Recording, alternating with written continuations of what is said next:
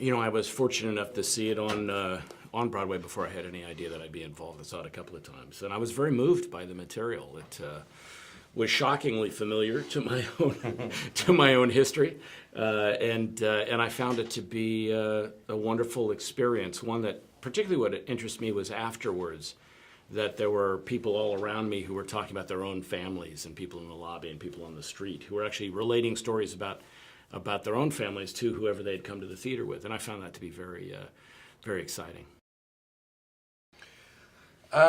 Well, it's exciting just because, the movies have a kind of outreach that theater unfortunately doesn't have. I grew up in a small town in Oklahoma, and I wouldn't have had access to great theater.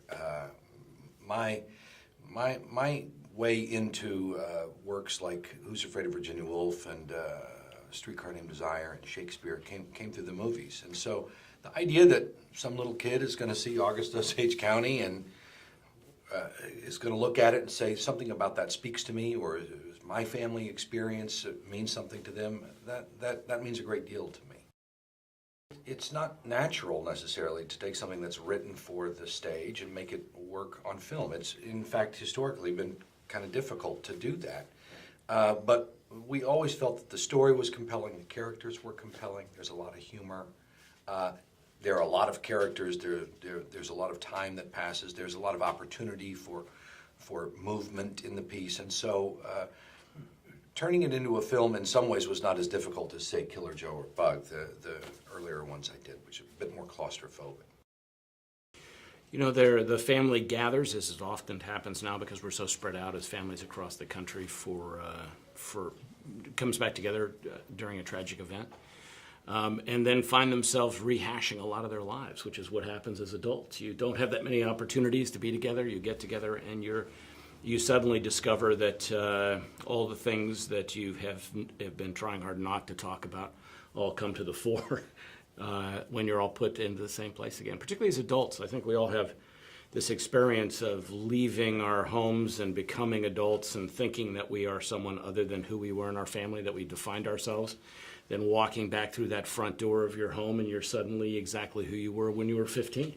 You have the same responsibilities within the family to do your part and your place. We all have a role to play, and that can be really startling to you the older you get, to find that you're back saying things you would never say away from your family.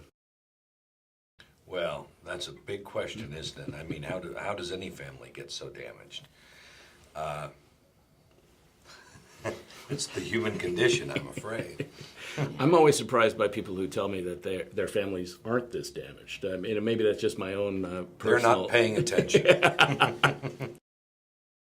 Well, I think the idea that, family, the ties that bind, that I think that one of the questions the movie is asking is, am I my brother's keeper? What is our responsibility to our family members? Where does it end? Where does the choice to behave as an individual and not as a member of that family, where does one end and the other take over?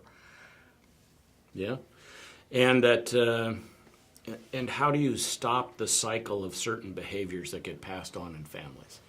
And when you discover as an adult that you can no longer simply blame it on your parents, but you're behaving in a way which you have to take responsibility for. Yeah. Like if I am at some point when you reach your your 40s, if you are complaining that it's actually your parents' responsibility, the way in which you're acting towards your spouse or your own children, it's time to sort of step up and say, I've got to make decisions about who I'm going to be as an adult.